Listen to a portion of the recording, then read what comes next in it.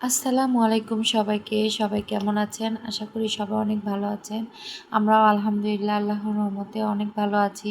তো আবার একটি মিনি ভ্লগ নিয়ে আপনাদের মাঝে হাজির হয়ে গেলাম। আশা করি সবাই মাই ওয়ার্ল্ডের পাশে থাকবেন। তো প্রতিদিনের মতোই সকালবেলা উঠেছিলাম। শরীরটা অনেক খারাপ। তারপরে উঠতে হবে, বাচ্চা স্কুলে যাবে। তো উঠে আরহামকে আমি ডেকে তুলে দিয়েছিলাম এবং রান্নাবান্নাও করে নিয়েছিলাম। এই তো আমি আরহামকে আজকেও একা একাই পাঠাচ্ছি আমার বাচ্চাটাকে।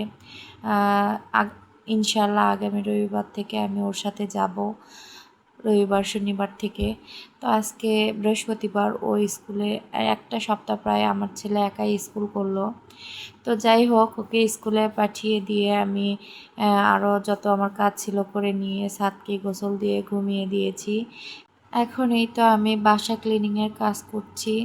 তো আস্তে আস্তে করতেই হবে, শরীর যতই খারাপ থাক, কারণ বাসা তো এরকম নোংরা করে ফেলে রাখা যায় না, করতে তো হবেই। তো ভাবলাম আমি বাচ্চা এই সময় ঘুমাচ্ছে, আমি আমার কাজগুলো করে নিই। তো আমি আস্তে আস্তে পুরো বাড়ি ক্লিন করা শুরু করলাম। আর আমার পাপা বাসায় নাই, ও বাসায় থাকলে আমার অর্ধেক কাজ ওই করে দেয়। তো যাই হোক, ও বাসায় নাই, ও কাজে গিয়েছে, ছেলে মানুষ, ওকে তো বেরোতেই হবে। তো আমি আমার কাজগুলো আস্তে আস্তে করে ফেলি। তো আমার ভিডিওগুলো যদি আপনাদের কাছে ভালো লেগে থাকে, অবশ্যই আমার চ্যানেলটি সাবস্ক্রাইব করে দিবেন, বেল আইকনটি প্রেস করে দিবেন এবং লাইক কমেন্ট শেয়ার অবশ্যই করবেন। এদিকে আমার শাশুড়িও বাসায় নাই, উনি আমার ছোট ননদ রুহির খুব অসুস্থ, ওখানে গিয়েছেন। তো আজকে রুহিকে নিয়ে আমাদের বাসায় আসবে। কয়টা দিন রুহি আমাদের সাথেই থাকবে ও সুস্থ হওয়া পর্যন্ত। তো যাই হোক, সবাই দোয়া করবেন ওর জন্য, ও যেন তাড়াতাড়ি সুস্থ হয়ে যায়। তো এই তো আমার কাজ আমি আগাচ্ছিলাম। এদিকে আমার সোনা পাখি তো একা একাই স্কুলে গিয়েছে। তো বারে বারে ভাবিদের কাছে আমি ফোন দিয়ে দিয়ে আপডেট নিচ্ছিলাম, যাতে ভাবিরা একটু ওকে কোচিংয়ে নিয়ে আসে, একটু খাইয়ে দেয়। আমি তো ওকে খাবার ব্যাগে দিয়েই দিয়েছি, আর ওকে টাকাও দিয়ে দিয়েছি ক্যান্টিন থেকে খাবার কিনে খাওয়ার জন্য। তারপরেও টেনশন হয়, বাচ্চা একা একা স্কুলে গিয়েছে, আমি রিজার্ভ গাড়িতেই পাঠাই, তারপরেও কেন জানি আমার অনেক টেনশন হয়। কারণ এখনকার যে দেশের যে পরিস্থিতি, বাচ্চাকে একা ছাড়া খুব টাফ ব্যাপার। আমি কখনো আরহামকে একা ছাড়ি না, তো বাধ্য হয়ে এই কয়টা দিন ছেড়েছিলাম।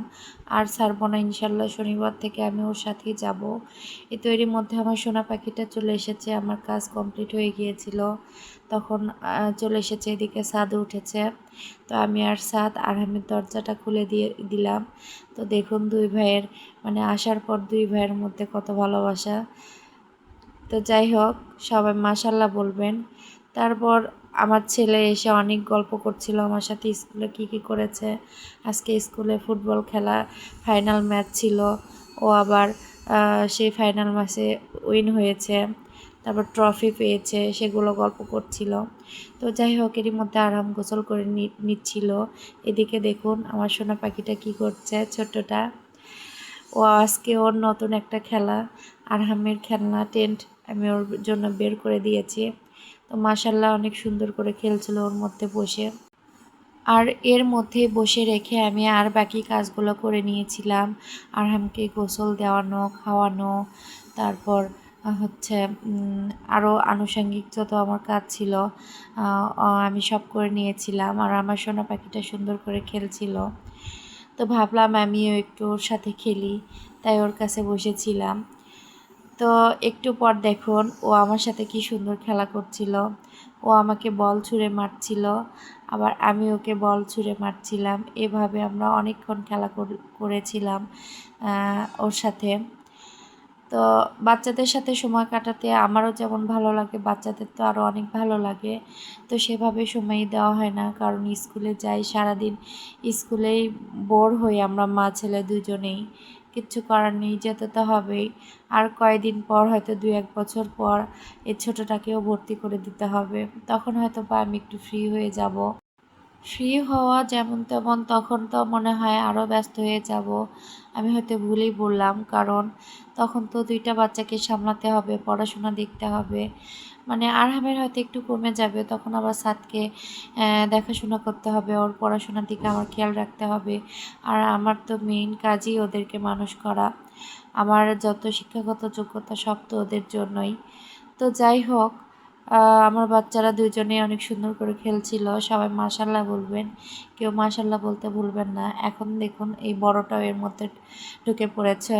তো এরই মধ্যে আমার ছোট ননদ বড় ননদ দুজনেই চলে এসেছিল। রুহি তো থাকবে, আর এই তো জায়ানরা চলে যাচ্ছে, আমার বড় ননদ চলে যাচ্ছে। তো আমি একে বলছিলাম, বাবা আমাকে একটু বাই বলো, একটু আমাকে উম্মা দাও। তো আমার কাছে চলে আসছিল আমাকে চুমা দিতে। তো যাই হোক, এখন ওরা চলে যাবে। তো আজকে ভিডিও আর বড় না করি, আজকে ভিডিও এই পর্যন্তই। আগামী ভিডিও দেখার আমন্ত্রণ জানিয়ে আজকে ভিডিও আমি এখানেই শেষ করছি। তো সবাই ভালো থাকবেন, সুস্থ থাকবেন আর নিরাপদে থাকবেন। আর আমাদের জন্য দোয়া করবেন, আমরাও যেন ভালো থাকি, সুস্থ থাকি আর নিরাপদে থাকি। আল্লাহ হাফেজ।